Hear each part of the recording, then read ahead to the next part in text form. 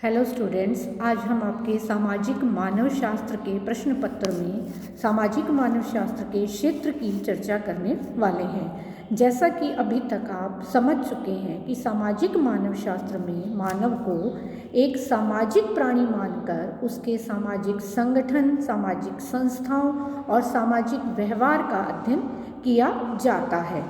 सामाजिक मानव शास्त्र में प्रमुख रूप से समकालीन आदिम समुदायों का अध्ययन किया जाता है। बहुत सारे विद्वानों ने सामाजिक मानव शास्त्र को अलग अलग तरीके से समझाने का प्रयास किया जाता है। अगर हम रैडक्लिफ ब्राउन की परिभाषा देखें तो वो कहते हैं कि समाजशास्त्र की वह शाखा जो आदिम या पूर्व शिक्षित समाजों का अध्ययन करती है, सामाजिक मानव शास्त्र कहलाती है। जबकि अगर हम प्रोफेसर एम.एन. श्रीनिवासन की परिभाषा देखें तो वे कहते हैं कि सामाजिक मानव शास्त्र सभी मानव समाजों का तुलनात्मक अध्ययन है, जिसके अंतर्गत आदिम, सभ्य और ऐतिहासिक सभी प्रकार के समाज जो हैं वो आ जाते हैं। इस प्रकार से यदि हम पूरी तरह से इसको समझना चाहें तो हम यह कह सकते हैं कि सामाजिक मानव शास्त्र वह विज्ञान है, विज्ञान पर जोर दिया गया है स्टूडेंट्स, जो कि प्रधानतः आदिम समाजों पर अपना ध्यान केंद्रित करता है और इन समाजों में प्रचलित सामाजिक व्यवहारों, सामाजिक संगठन, सामाजिक व्यवस्था और संरचना में रुचि लेता है। तो विज्ञान की विशेषताओं को सामाजिक मानव शास्त्र जो है वो पूरा करता है, जिसमें कि किसी भी विषय का क्रमबद्ध और व्यवस्थित अध्ययन जो है वो किया जाता है। सामाजिक मानव शास्त्र के अंतर्गत जब हम इसके क्षेत्र की चर्चा करते हैं तो हम ये देखते हैं कि इसमें वे समाज या सामाजिक संस्थाएं आती हैं जिनका समग्र रूप से अध्ययन किया जा सकता है और जिनकी तुलना अन्य समाजों से की जा सकती है। जैसे कि संपूर्ण संस्कृति का अध्ययन नहीं करता है, बल्कि यह पूरी जो है उनमें सामाजिक संगठनों, सामाजिक व्यवहारों और सामाजिक संरचनाओं में अधिक रुचि लेता है।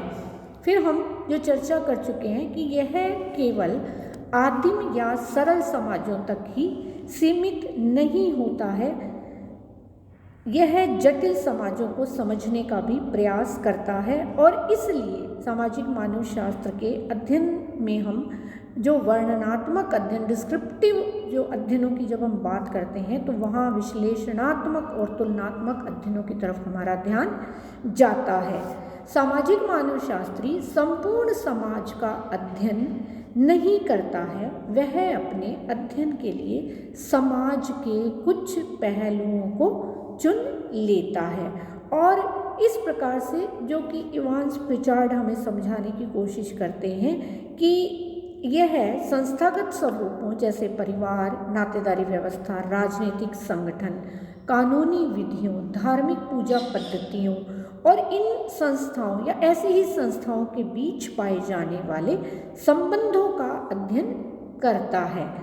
और सामाजिक मानव शास्त्री जो है वो अपने आप को देश और काल की सीमाओं में नहीं बांधता है, किसी बंधन के अंदर नहीं होता है। वह समकालीन आदिम समुदायों का अध्ययन जहाँ पर उन्होंने किया है, उसके साथ ही साथ अब ग्रामीण और कृषक समाजों का अध्ययन भी करने लगा है। तो हम देखते हैं कि सामाजिक मानव शास्त्र में संस्थागत सामाजिक व्यवहारों, सामाजिक संबंधों, सामाजिक व्यवस्था और मूल्यों का अध्ययन किया जाता है। सामाजिक मानव शास्त्री जो हैं वो विशेष रूप से अवलोकन पद्धति का प्रयोग करते हैं। अवलोकन के अंदर हम देखकर घटनाओं को, तथ्यों को समझने का प्रयास करते हैं और फिर हम उनमें से हमारे अध्ययन के लिए उपयोगी तथ्यों का एकत्रीकरण कर लेते हैं, जो ऑब्जर्वेशन मेथड है, अनुसंधान में बहुत उपयोगी माना जाता है, जिसमें गहन विश्लेषण पर जोर दिया जाता है। जब हम अनुसंधान की चर्चा करते हैं, विधियों की चर्चा करते हैं, तो वहाँ पर हम अवलोकन की महत्ता को समझ पाते हैं। और सामाजिक मानव शास्त्र में अवलोकन पद्धति का प्रयोग जो है वो बहुतायत से किया गया है। जब हम इसके क्षेत्र को और विस्तार से समझते हैं तो हम देखते हैं कि इवांस प्रिचार्ड जो है वो इसके अध्ययन क्षेत्र को निम्न प्रकार से स्पष्ट करते हैं कि सामाजिक मानवशास्त्र सामाजिक व्यवहार का सामान्य रूप से संस्थागत रूपों के अंदर अध्ययन करता है, जैसे कि परिवार, नातेदारी व्यवस्था, राजनीतिक संगठन, कानूनी प्रणालियां या धार्मिक पूजा पद्धतियों का और इनके बीच में पाए जाने वाले संबंधों का, यानी ये जितनी भी संस्थाएं हैं इनके बीच जो संबंध कायम होते हैं उन सब का अध्ययन सामाजिक मानवशास्त्र में किया जाता है। दूसरा जो वो बिंदु लेते हैं वो कहते हैं कि सामाजिक मानवशास्त्र विशेष रूप से आदिम समाजों का अध्ययन तो करता है, लेकिन उनकी तुलना सभ्य और आधुनिक समाजों के साथ करता है। छोटे आकार, सीमित जनसंख्या, प्रौद्योगिकी की सरलता के कारण और विशेषीकरण की कमी के कारण इन आदिम और सरल समाजों का सरलता से अध्ययन किया गया और बाद में धीरे धीरे जैसे जैसे हम विकास करते गए हम इसकी तुलना सभ्य समाजों के साथ करने लगे। सामाजिक मानवशास्त्र सभी समाजों का अध्ययन करता है, न कि केवल आदिम समाजों का। तो सामाजिक मानवशास्त्री जब आदिम समाजों में भाषा, कानून, धर्म, राजनीति, सामाजिक और आर्थिक संस्थाओं का अध्ययन करते हैं तो उन जो तथ्य उन्होंने अवलोकन के आधार पर प्राप्त किए हैं उनकी व्याख्या वो अपने समाज के साथ तुलना करके करते हैं, यानी कि उस समय के समाजों और आज के समाजों की जो व्यवस्थाएं हैं उनकी वे तुलना करते हैं। इसी प्रकार से सामाजिक मानवशास्त्र के अध्ययन का यदि भौगोलिक फैलाव देखा जाए तो यह बहुत विस्तृत है और हम विश्व के विभिन्न भागों में फैले हुए लोगों का, उनके समाजों का और समाजों में भी जो उप समाज हैं उनका अध्ययन इसके अंतर्गत किया जाता है। अब यह कहा जाता है कि सामाजिक मानवशास्त्री या मानवशास्त्र में संरचना संबंधी अध्ययन पहले किए जाने चाहिए और संस्कृति संबंधी जो अध्ययन है वो बाद में, क्योंकि सामाजिक मानवशास्त्र में सामाजिक संबंधों का एक समाज के सदस्यों के बीच पाए जाने वाले संबंधों और विभिन्न सामाजिक समूहों के आपसी संबंधों का अध्ययन करने की जो प्रक्रिया है वो अपनाई जाती है।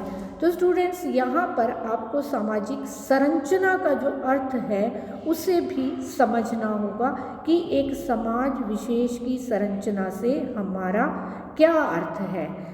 प्रत्येक समाज जो है उसकी एक व्यवस्था होती है और वह व्यवस्था किस प्रकार से बनती है उसकी संरचना से बनती है, जिसको कि हम मानव शरीर की संरचना के साथ तुलना करके देखते हैं। तो इस प्रकार से संरचना विभिन्न इकाइयों के योग से बनती है जो एक व्यवस्था बनाती है और इस प्रकार से जब हम सामाजिक संरचना की बात करते हैं तो इस संरचना में बहुत सारी सहायक व्यवस्थाएं, नातेदारी व्यवस्था, आर्थिक, धार्मिक, राजनीतिक, सामाजिक, सांस्कृतिक इत्यादि आ जाती हैं, जिनमें हम विवाह, परिवार, धर्म, सरकार इत्यादि को लेते हैं।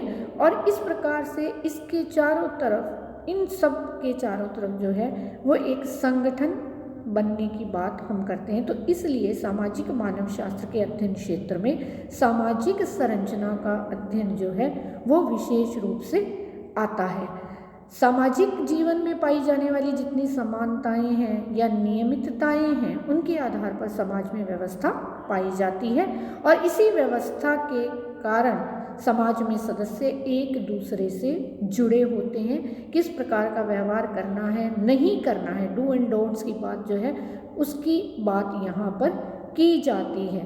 तो इसलिए संरचना जो है उसकी एक महत्वपूर्ण भूमिका या इम्पोर्टेंट रोल जो है वो अपना प्ले करती है। तो इस प्रकार हम सामाजिक मानवशास्त्र के क्षेत्र की चर्चा कर सकते हैं। धन्यवाद।